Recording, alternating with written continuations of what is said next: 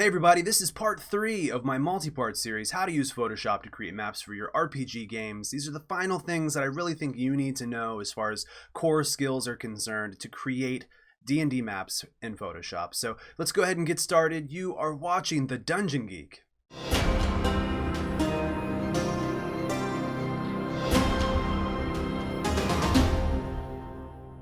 So in the last couple of videos, we covered everything from file organization to where to get your files from to how to keep yourself organized. We also covered things like how to create basic walls, how to create basic floor textures, how to figure out what your dungeon plan requires of you in order to best create your asset libraries. We've covered a lot of shit. So what do we possibly have left to do but dungeon props and accessories? Things like stairwells, doors, and other types of things that your players are going to need to find inside of your dungeon. So let's go ahead and take a look at the map that we had left out on. This is our one-room dungeon. I've went ahead and I've cleaned up the layers here in this file a little bit. If we look over at the layers tab, there are now just 3 layers on this thing.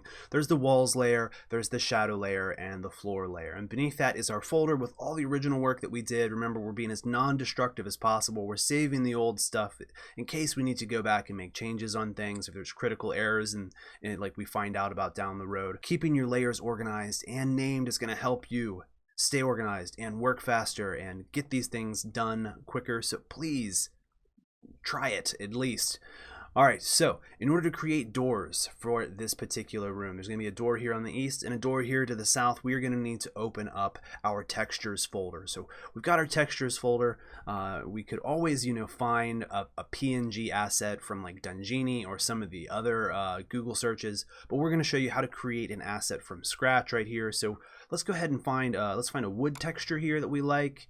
Let's go ahead and let's select. Let's kind of to take a look at this one here. Let's open this up in Photoshop. That's a decent wood texture right there. And let's open up our texture folder back up again here. And then let's find a metal texture. So we've got some metal textures here organized. And we are going to look for something maybe with some rivets in it, because maybe we want to indicate that there are some reinforced bands on this door that we're creating. So this looks like an interesting texture. Let's open that up. As you can see, there is a kind of a watermark on here. That's okay. We're only going to be using a very small portion of this texture, and we're not going to be redistributing it or selling it. So we can use this without purchasing the assets. Again, it's for your own personal use, for your own libraries. Don't be using textures that you don't pay for and try and resell them as something else. That's just bad mojo. So let's go ahead and gauge what size this door is going to need to be. Let's zoom in here on our little door jamb, and then let's hit Command or Control if you're on a PC, apostrophe at the same time. This is going to bring up our grid. The next thing that we're going to need to do is we're going to need to select our marquee tool. The rectangular marquee will work just fine. And then you're going to want to very likely make this door a little bit bigger or deeper, wider, whatever you want to say, than the actual wall itself, because in the virtual tabletop setting, when you're creating things like dynamic light, oftentimes you're going to have to slice these doors in half, and the players are going to need a visual cue that there's a door there. So having it be a little bit wider is going to cause the door to stick out a little bit further, making it easier for the players to deduce, oh, there's a door over here. Let's fucking go this way. All right, so make your selection and release. All right, so once you've got your door selected here with the marquee tool, you're going to need a new layer to create this on. So select the floor layer and then hit the new layer button in the layers down at the bottom, and that's going to create a new layer on top. And so then from there, just go ahead and add a layer mask with that selection still active.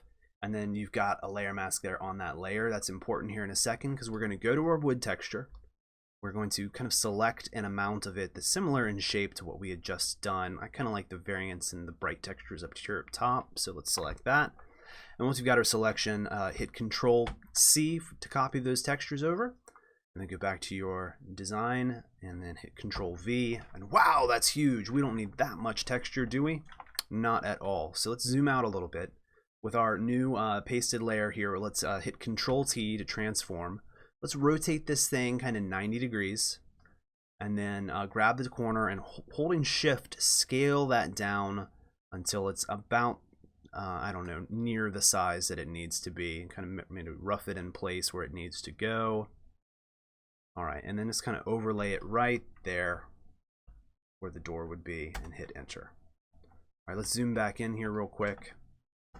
And then you can drag your layer mask from layer 8, just click it, and then just drag it back up to layer 9, and it will mask that wooden texture that you just put in there. You can go ahead and delete layer 8 now, it's useless. All right, so you've got your masked wooden texture, but it's under the wall. That's not where it needs to go. You can easily move the layers around by clicking the layer name and then dragging it up or down and then stacking it where you want it to be. So let's move layer 9 above this wall. And then there's that. All right, so I mean, it's got some good texture to it.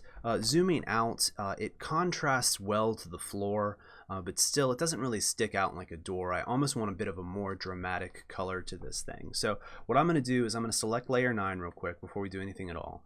Add a new layer above it, select both layers holding shift, and then hit Control+E to flatten that layer. That's going to get rid of any of the hidden information. It's going to get rid of the layer mask. So now it's just this object. All right, so what's next? Let's change the color on this thing slightly. One way to do this is to select layer 10 and then hit Control and U to go to your hue and saturation sliders. And then you can then kind of mess with the colors individually or the master color here. But what I'm going to do in this circumstance is actually create a duplicate layer here. So I'm going to duplicate layer 10. I'm then going to hit Control U. I'm going to desaturate it completely to where it's black and white. And then I'm going to hit Confirm. And then go to Control L to bring up our levels, and then just make this thing a little bit more contrasty. You get the whites really bright, the darks really dark, and kind of mess with the mids a little bit. And then what I'm actually going to do then is take layer 10, and then I'm going to hold Control and select layer 10. You gotta select the art box, not the name, and then that's going to make a selection of layer 10. Let's go up to our palette here and find kind of a warm orange brownish color. Go to our brush, select layer 10, make sure it's selected, increase our brush size to kind of paint over this thing. You're not going to see it right now, but I'm really just going to kind of fill that thing in pretty good. And then go to your layer 10, which is the black and white copy of the door, and then hit multiply. And then kind of zoom in on that. Let's see how that looks. All right, that's starting to look more like a kind of a door to me.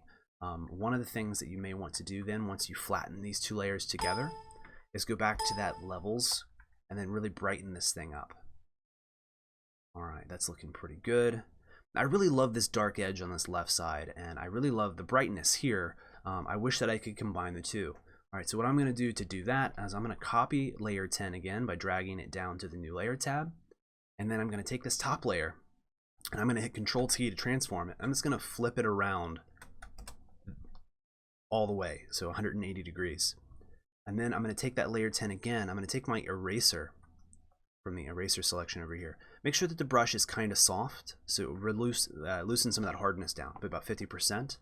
And then just kind of click this edge here, and then hold shift, and then click again, and drag that brush all the way down the side.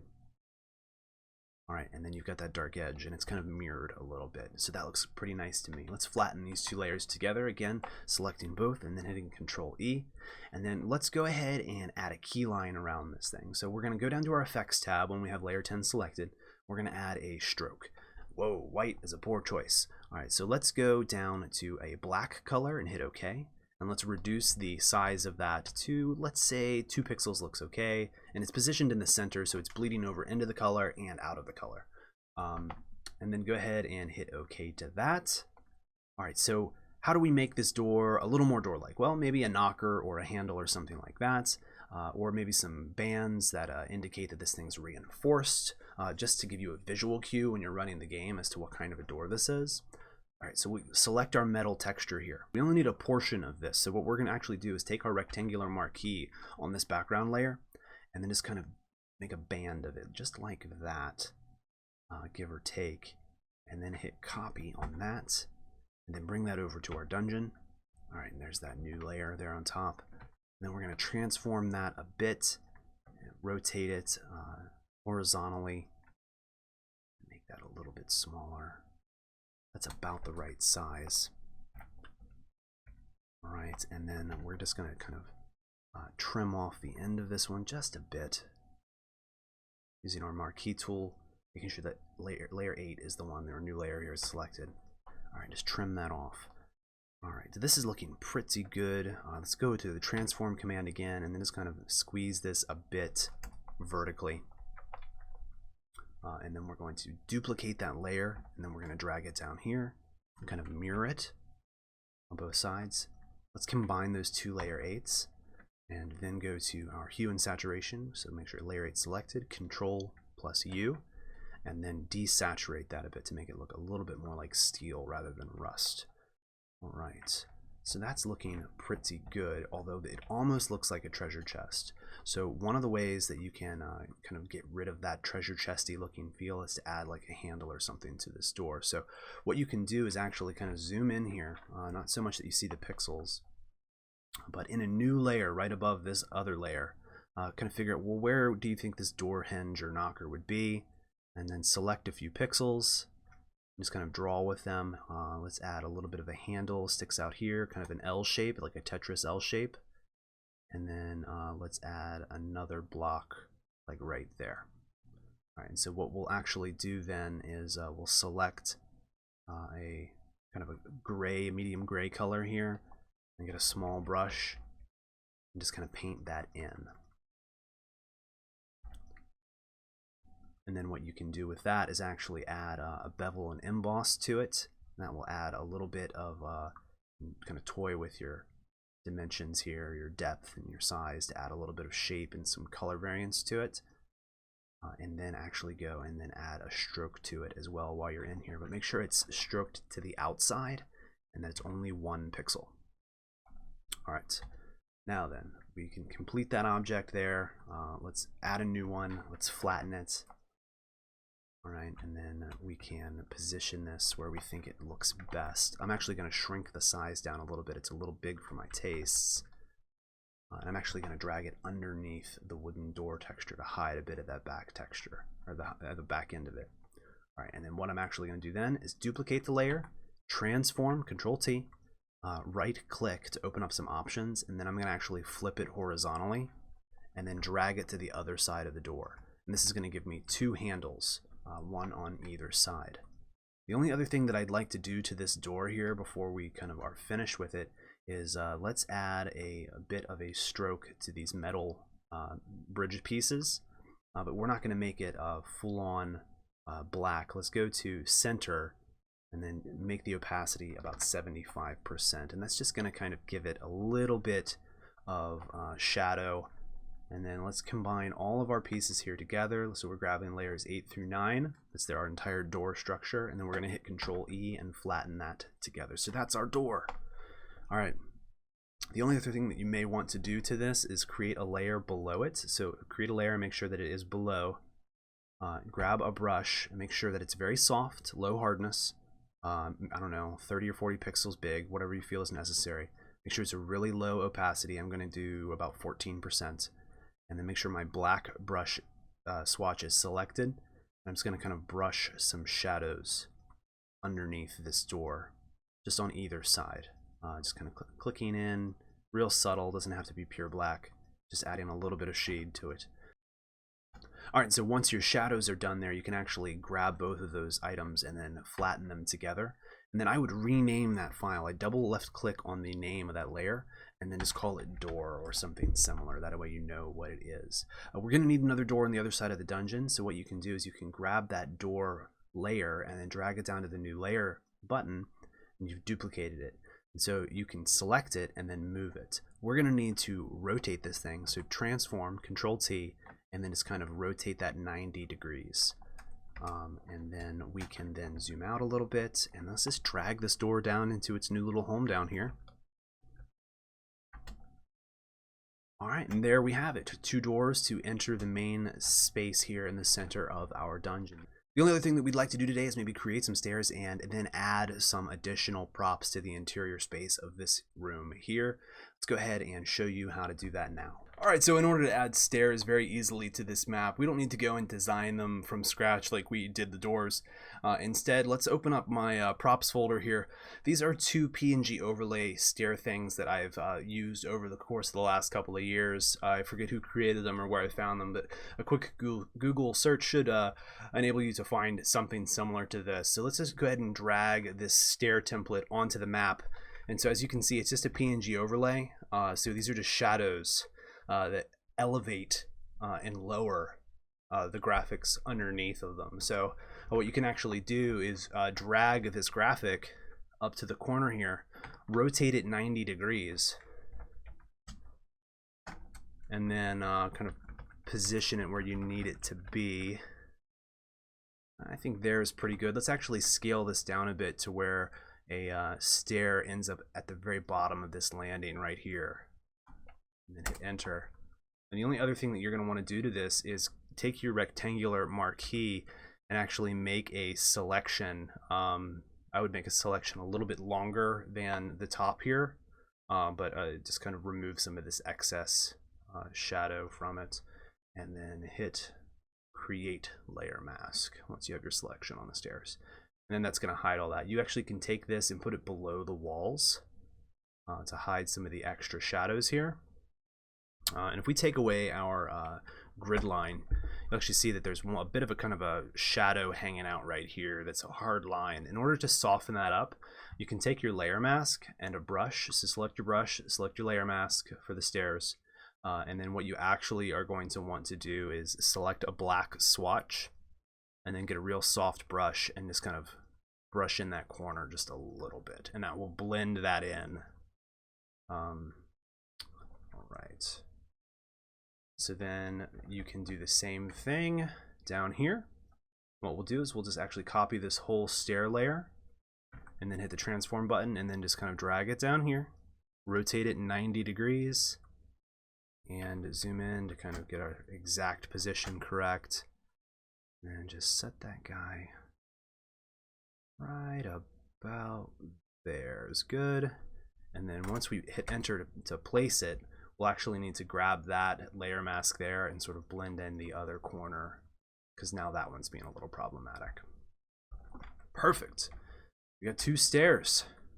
All right, well, what about this main room? What are we going to do with it? Well, it's going to need something inside of it. So unless you are just using descriptions solely, so when the players enter, you say, to the north is a statue of a blah, blah, blah. To the south, against the far wall, is a tapestry hanging along the wall. In the center is a large pentagram on the floor, or whatever.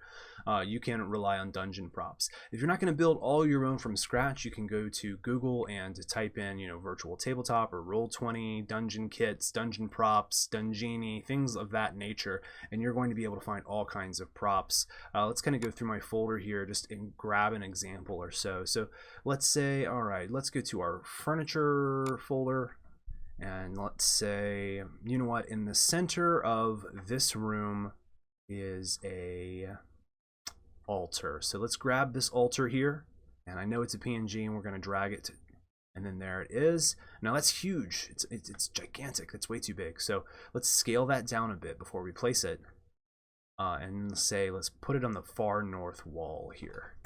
And then if we hit Control apostrophe again to bring up our grid, we can make sure that this thing is scaled to be usable by whomever it is that you think is in this dungeon using this. So if it's giants, maybe this bowl is 5 feet wide like it is here, but if it's a human sized character, maybe you scale this thing down to be about 10 feet wide and just center it here on the wall. So there we've got an altar. We'll go back to our props folder and say, all right, well, what else do we want? So let's grab a table where they have been kind of like hanging out down here. And this one's got some like other implements on it, like pieces of like bowls, a little coin purse and such. And so maybe there are some kobolds that hang out in here, and they've been using this table as a bit of a hangout. And then when you spring into the room, there's some of them performing a ritual to the top, and the rest of them are kind of having a snack or playing, like some gambling game or something at the table. So that is how you can place objects inside of your dungeon. That's how you can create doors and stairs. When you're finally done and you're ready to output this thing for Roll20, you want to make sure, first of all, that you save your file and you keep this PSD. Put it in a separate folder that's just PSDs. But then if you're outputting this as your final map, go up to File, go to Save As, and then kind of drag this save type down to, and then just select a regular JPEG. This is going to compress your file to the dimensions that you want it to be. Let's just go ahead and save it to my downloads folder here and hit save. And then it's going to bring up this little heads up display here. You don't necessarily need to save it at maximum quality. You can save it at high. I'm going to save it at 9 and hit OK.